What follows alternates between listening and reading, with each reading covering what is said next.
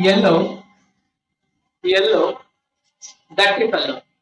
మరి ప్రపంచంలోనే ఎంతో అందమైనటువంటి జీవి నా చేతిలో ఉంది.